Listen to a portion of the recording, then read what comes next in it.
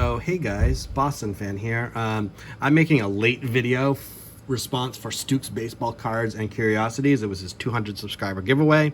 He's already done the drawing, and I have no chance at winning, obviously, but I love the prompt that he gave, so I wanted to make a video. I just never got off my butt to get the video done.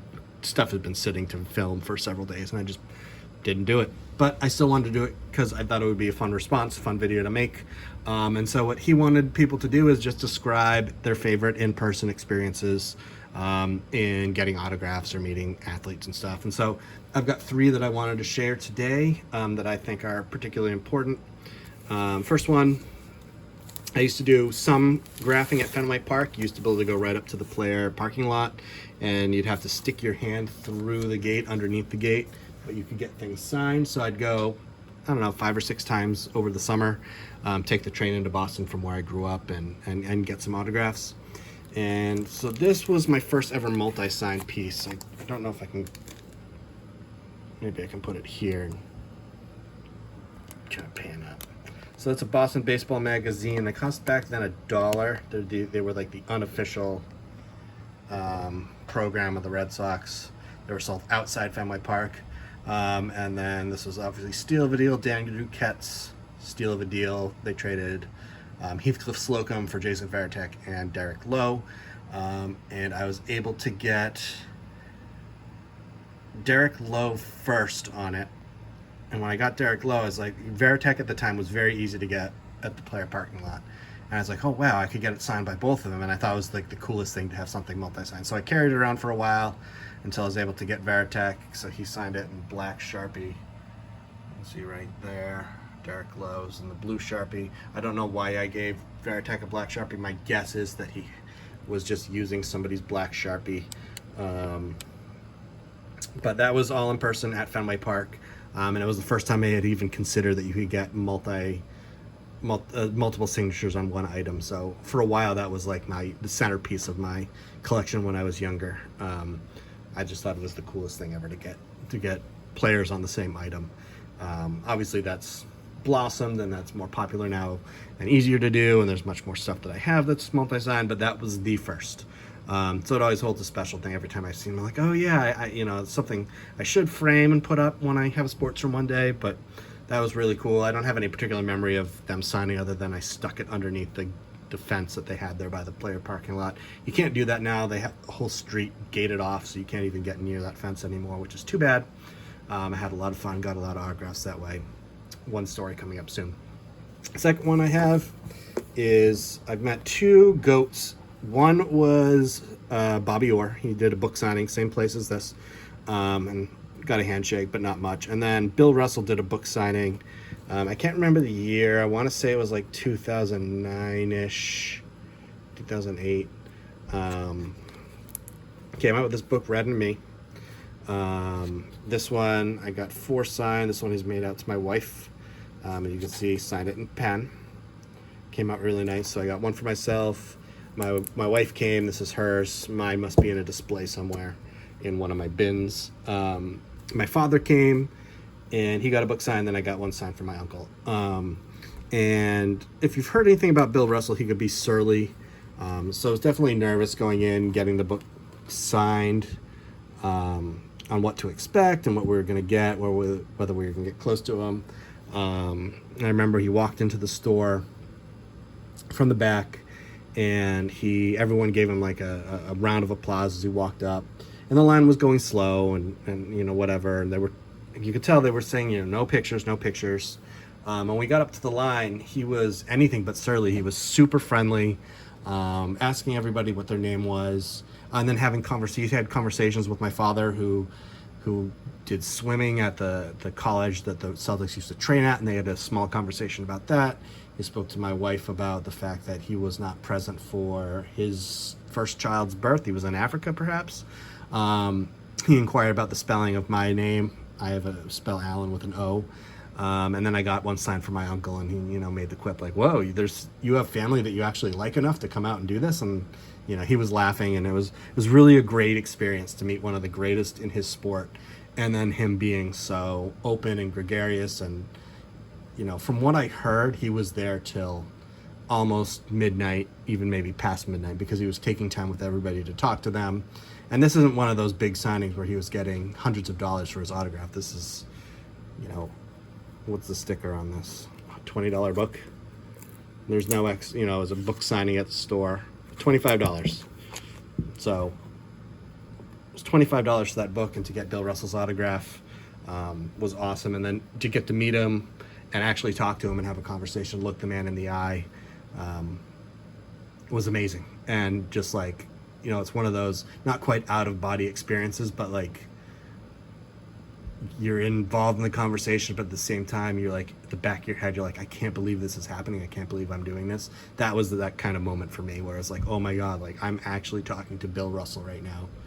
And he's, acknowledging my name, and like I'm existing for him in this world for this, brief 1-minute conversation. It was just really cool. Again, to meet an all-time great in the sport, just amazing.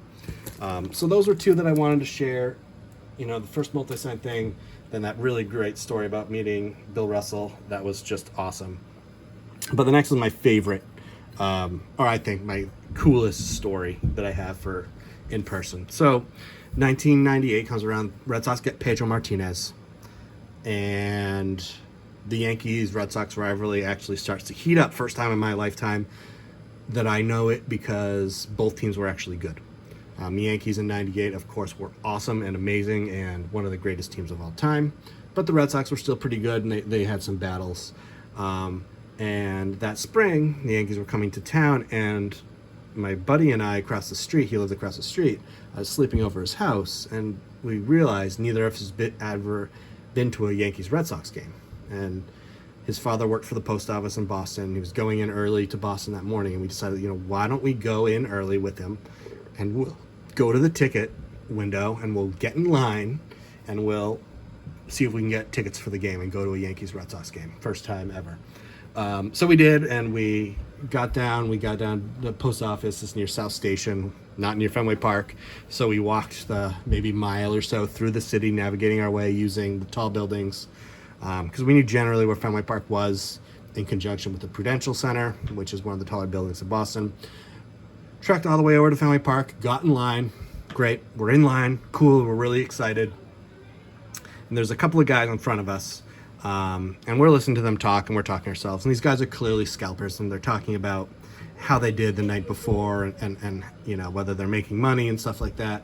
And okay, great, they had nice sunglasses. You could tell they were street fresh a little bit. And we had a couple hour wait, and at some point during the thing, one of the guys turns to us and goes, hey, you guys looking to go to the game? And of course we think this is innocent enough, and we're like, yeah, totally psyched to do it. We're like, yeah, we're looking to go to the game. And he just goes, stick with me and you guys will be all set. And we were like, okay, that's kind of weird, but sure, really, whatever. Like, nothing else was said. He didn't talk to us the rest of the time. We kind of let it drop. So then the ticket window opens, and they allowed only a certain amount in at a time, as many as windows. We get to the front of the line, and right before we go in, this guy turns around and has